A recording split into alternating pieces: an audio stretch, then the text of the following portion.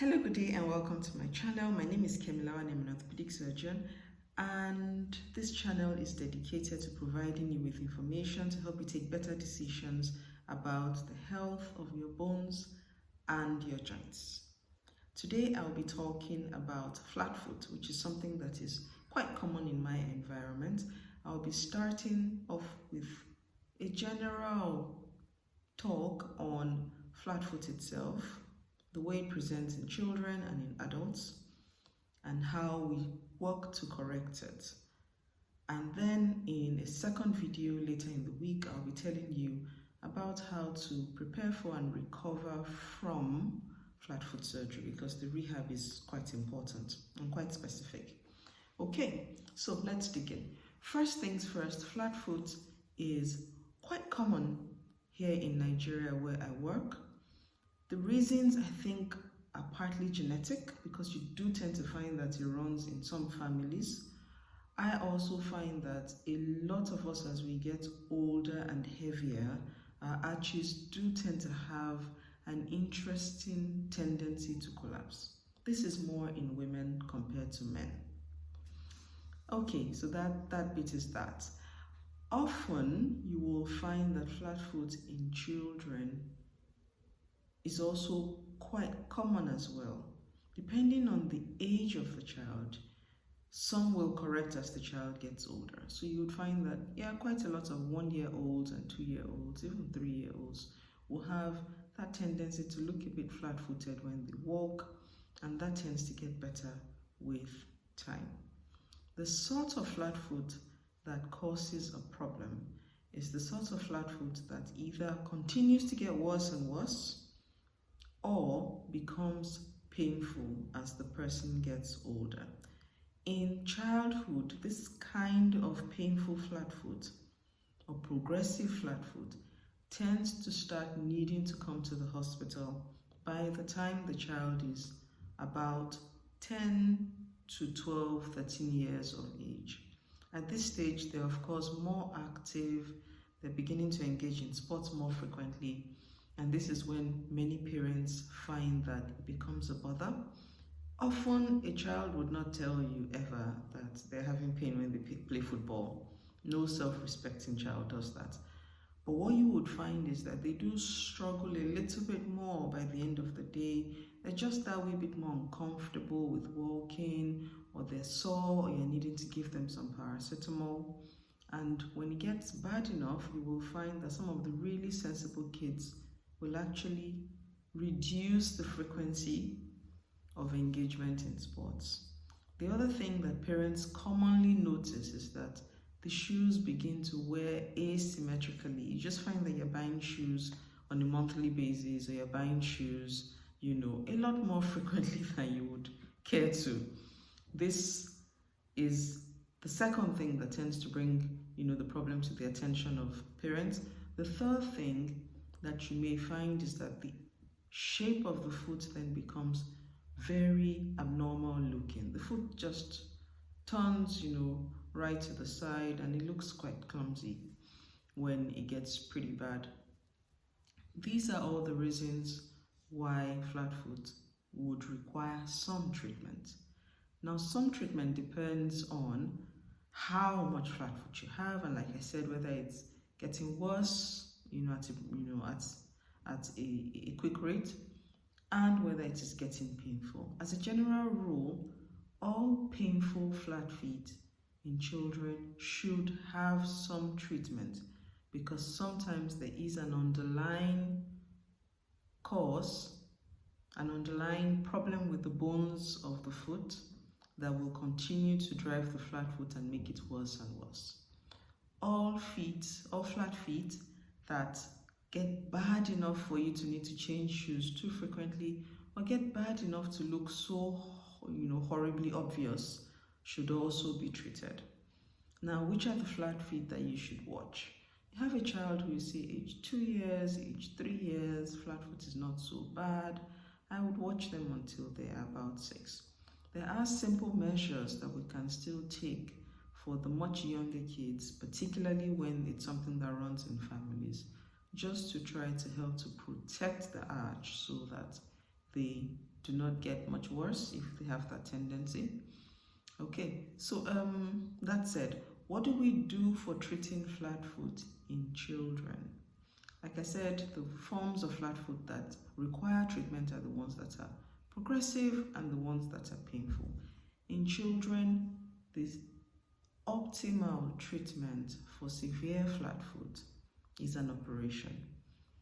It's a very interesting operation because it literally recreates the arch for the child, and it gives you back an arch, and it does not affect any of the bits of the child's foot or feet that are growing. That's what makes it particularly attractive as an option for treating flat foot in children.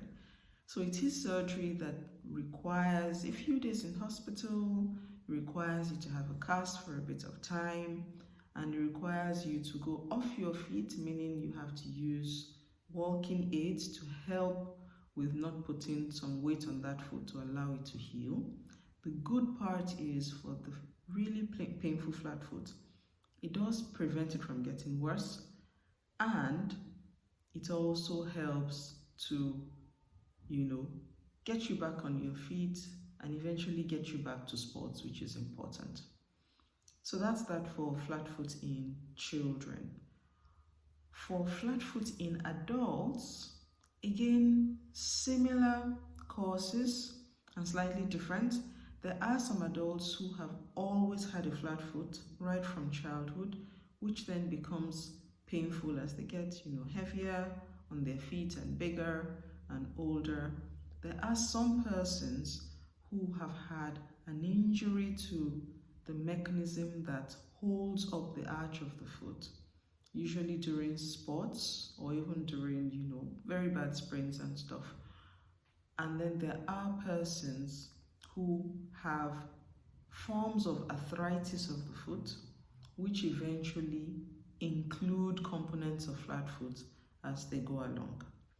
Now, for adults, if you have a foot that is flat enough and painful enough, it is also a good idea to have this treated, because if it is not treated appropriately or on time, what tends to happen is that the abnormal weight bearing by the other bones of the foot then leads to a situation where you then have more and more arthritic changes or more and more damaging changes to the other bones of the foot, and then you need to have more and more done in terms of correction.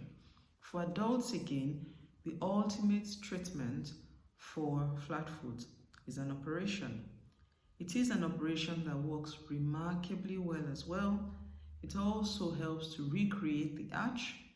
Recovery period is similar to what you have for the children's operation. The only difference really literally is, like I said, the children's operation spares all the growing areas, and in the adult, the feet are grown, so there's really no growing area to be, to need to look out for.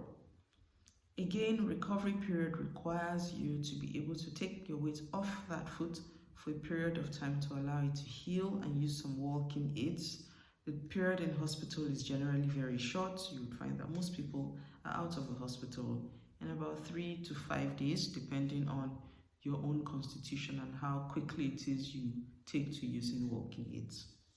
Okay, so there you have it. Bits and pieces on flat foot treatment and flat foot surgery. I will not go into the specifics of what is done at the operation, because these are things that are discussed in detail using pictures, using models of the foot, using x-rays as well to show you exactly what the correction will require.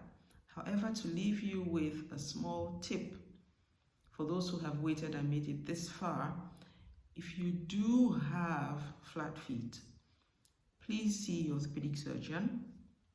Reason for this is sometimes we can help to reduce the rate at which your flat foot worsens by prescribing you with appropriate shoes and by prescribing you with appropriate orthotic devices or appropriate insoles for your own kind of flat foot. there are also specific exercises that may help with some kinds of flat foot, particularly in younger persons. Having said that, as a general rule of thumb, particularly for women, because I find that shoes for men are generally better built actually compared to shoes for women.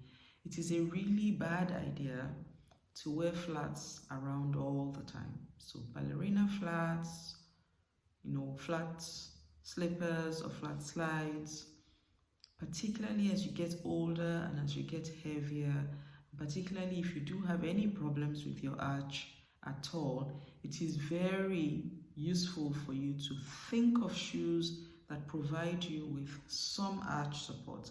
Now, most good shoes will have some built-in arch support, and these are things you can check up with the shoe manufacturer, read about the particular shoes you want, look into your own shoes as well, and see that you have shoes that are providing you with adequate support. One simple alternative is to wear shoes that have a wedge, or wear shoes that have a little kit heel for the women. For the men, it's a great idea as well to wear shoes that have got a little bit of a block heel, or wear shoes preferably that actually have a built-in arch. One other thing that you can do, males or females, is to wear shoes that have that are sneakers, because many sneakers will have arch support inside of them and they are reasonably comfortable as well. Of course, there are sneakers that are not very useful, but that is probably talk for another day. Okay, so please let me know if there are things that you would like to know, if there are other things that you'd like me to speak on. I would be happy to do a video on shoes, because I find that that is such an interesting topic. And good shoes are not necessarily expensive shoes. You need to know what to look out for in your particular shoes. I will try to upload a video speaking on how to go through the rehabilitation period after having had flat foot surgery as a separate video later on in the week. And do let me know your comments, questions. Please subscribe, share with friends, and give a like, give a thumbs up. Thank you, and bye-bye.